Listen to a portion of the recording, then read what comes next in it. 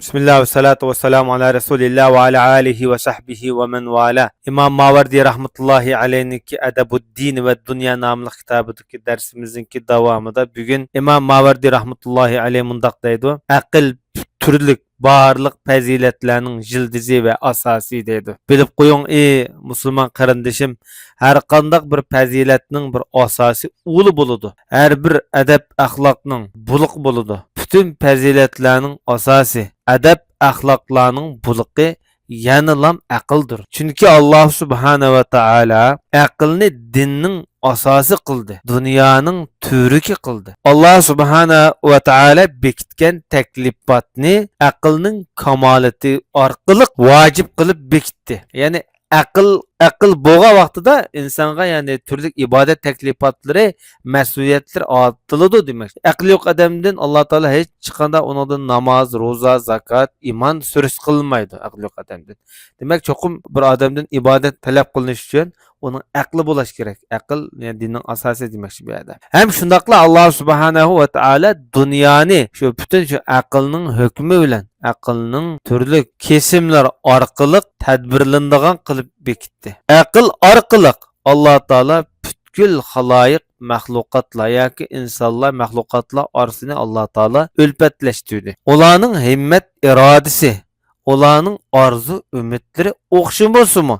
Yani aql orqali Allah bir yak qildi demoqchida. Va shundaqla ularning nishonlari, maqsad, orzulari xilma-xil farqli bo'lishi qaramay, Alloh subhanahu va taolo aql orqali butun mahluqotlar orasini yoki insonlar orasini Alloh ulpatlashtirdi deydi. Va Alloh subhanahu va taolo aql orqali insonlarning yoki musulmonlarning ibodatini ikki qismga ayırgan bulup, şu ibadetler, teklifatlarının bir kısmı aql orqali yüklengen, şeriat bunu texmbek ta'kidlagan. Yani birisi aqli jihatda durust, lekin şeriat onu alohida hukm orqali texmi uning yuksakligini ko'tarib vojib qilgan. Mecburi bekitganda. Demek aql bu yerda bu ikkili ibodatning yoki teklifatninki bir ölçümü bulup qalğan. Cenab-ı Resulullah'dan bayan qilinishicha, Peygamber Aleyhissalatu vesselam shundoq degankanda,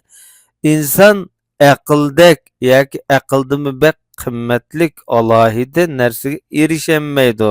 Aql inson erishgan narsaning eng yaxshisi dedi.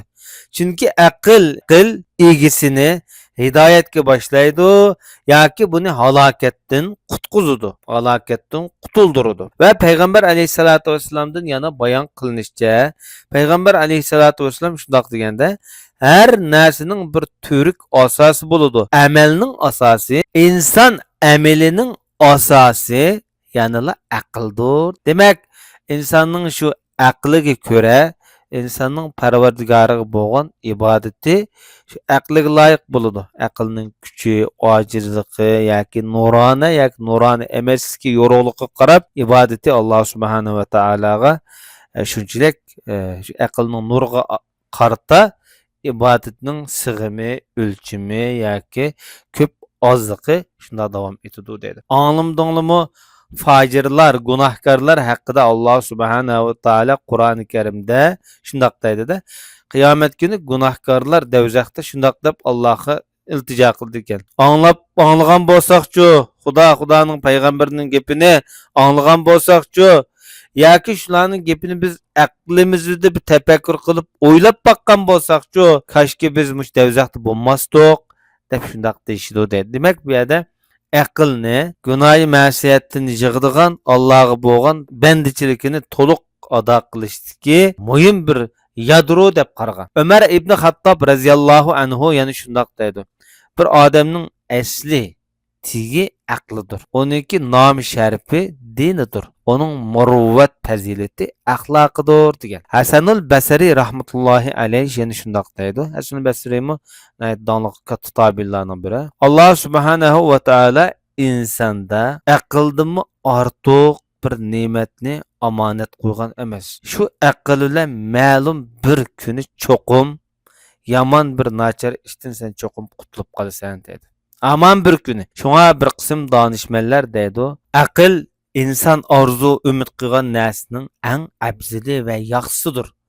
Nadonlik jaholat bo'lsa, eng ig'ir dushmandir. Yoki ajallik dushmandir degan.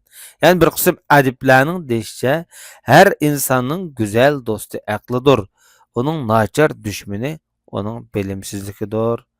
Yoki uningdagi johillikdir, jaholatdir deb shunday. Bir qism fasohat ahlining deyishicha, iqtidorki tug'ma talantlar ichida eng yaxshi iqtidor insonning iqtidori aql. Eng ig'ir dahshatlik musibat balo bo'lsa, nadonlikdir deb ta'riflagan. Bu vaqtda dаңliq shoir İbrahim Hassanningki tövendiki she'rini o'qib o'tgan. Yigitning aqli durust bo'lsa, buning qilayotgan kasbi yoki qilmishi nachar töven qatlamdagi kasb bo'lsa-mu, bu yigitning aqlining go'zalligi bilan texim odamga illiq ko'rinadi. Bir bala yoki yigit aqlsizligi, aqlning kamtugligi tufaylidan amaliyotda uning nasab shajarasi va ulug' tahti ulug' oiladan kelib chiqqan bo'lsa-mu, bu odamga ko'rimsiz ko'rinadi degan. Inson kishilar orasida aql bilan yashaydi. O'zing ilmi va tajribalari aql asosida davom etadi. Alloh insonga bergan taqsimot nasibi qatorida aql eng yaxshi ne'mat taqsimot. Buningga hech chiqqandan ne'mat yetmaydi. Bu eng ulug' nesiva demakchi-da bu yerda. Rahman Taala bir odamning aqlini mukammal shaklda yaratgan bo'lsa, buning axloqi va himmat orzularimi nayta to'liq kamil bo'lgan bo'ladi deydi. Va shuni bilib qo'ying deydi Imom Mavardi rahmatullohi alayhi.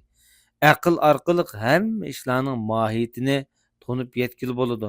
Yaxshi yomonni aql orqali ayirg'ili bo'ladi. Şoňlaşqa aql iki qismga bölüngen. Biri tug'ma aql, biri igellenme aql. Biri ögünüş arqılıq yoki eriş arqılıq boladi, biri tug'ma holatda boladi bu aql demek. Endi tug'ma aql bolsa haqiqiy aqldir. Tug'ma aql orqali Alloh subhanahu va taolo bekitgan taklifat muş tug'ma aqliga qarta yüklandi. Bunun ma'lum bir cheki var hamda bunun. Bu tug'ma aql ma'lum yerlik eshib ketmaydi yoki kamlab ketmaydi. Bu orqali inson boshqa jonliq mahluqotlardan alayda farqlandi. İnson ma'lum jihatda pishib yetilgan vaqtida buni aql deb ataymiz. Bu orqali andan bu haqiqiy erkak bir kamolat o'lchimiga yetgan bo'ladi. Salih ibn Abdul Quddus degan zot shundoq deydi. Ham Salih ibn Abdul Quddus al-Azdi nomi bilan mashhur. Bu ayni vaqtdagi dаңliq cho'ng islom faylasuflarining biri. Danishmand shoir. Basrada nurg'un va'z nasihat bilan shug'ullangan.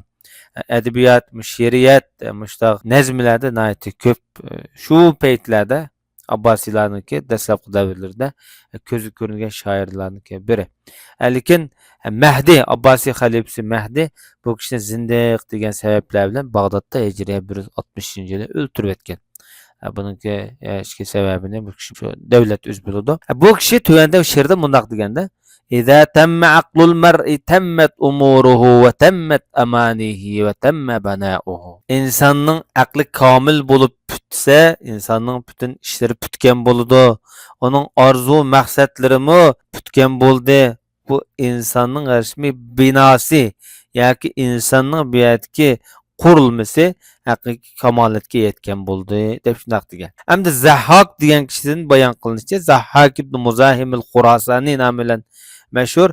Bu kishi ayni vaqtdagi Xurosonning dаңliq muhaddislaridan biri. Imom Ahmad ibn Hanbal qatorliq bir qism muhaddislar bu kishini ishonchli deb bu kishiga yaxshi baho bergan. O'z dаңliq mufassir. Bu kishi mushu kichik bolalarni tarbiyalaydigan, kichik bolalarga dars o'qitish bilan mashhur bo'lgan ayni vaqtida. Bu kishiniki o'zining shu vaqtdagi maktabida 3000 dak kichik bolalar, o'smir bolalar o'qiydi ekanda. İmam Zahabiyninki deyishcha, eshakka minib turib shu bolalarga oylinib dars o'rgatgan bu kishi deydi. Odamniki ko'pligidan 150-yillar atrofida o'lib ketgan. Demak, shu ayni vaqtdagi dаңliq mufassir. Bu kishi hamda bu dаңliq mufassirda bu kishi ayni vaqtdagi. Bu kishi Alloh subhanahu va taolaning tuvandagi oyat haqida tafsirlab mundaq deganda: "Liyunzira man kana hayya" bu surasining 70-oyati. Oyat kishilarni ogohlantirish uchun degan oyat bu. Yani Qur'onning nozil bo'lishi Ayet kişilerini agahlandırış üçün degan mazmundagi oyatda. Lekin bu adam buni tafsirlaganda alohida o'xshamaydigan shaklda tafsir qilgan. Aqillarni, donolarni agahlandirish uchun deb bundaq tafsir qilgan. Bugungi darsimiz mushagicha bo'lg'ay va sallallohu ala nabiyina Muhammad va ala alihi va sahbihi ajma'in.